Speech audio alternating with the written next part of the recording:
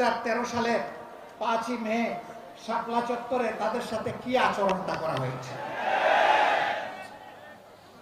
এই আলিম উলামাকে রাতের অন্ধকারে চতুর্দিকে আলো নিভিয়ে তারা ব্রাশ ফায়ার করে কতজনকে যে হত্যা করেছে আল্লাহ ভালো জানে।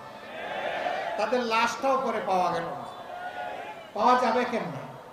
দুষ্ট সরকারের ভ্রষ্ট এক মন্ত্রী, সে এই 24-এর পতনের মাত্র 4 দিন আগে বলল, বাড়াবাড়ি করবেন না, 13 সালের 5 মে শাপলা চত্বর ভুলে যাবেন না।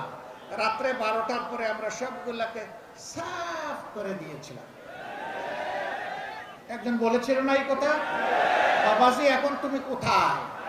যাদেরকে সাফ করেছিলে আল্লাহ তাদেরকে কুলা আসমানের নিচে এখন জায়গা করে দিয়েছে।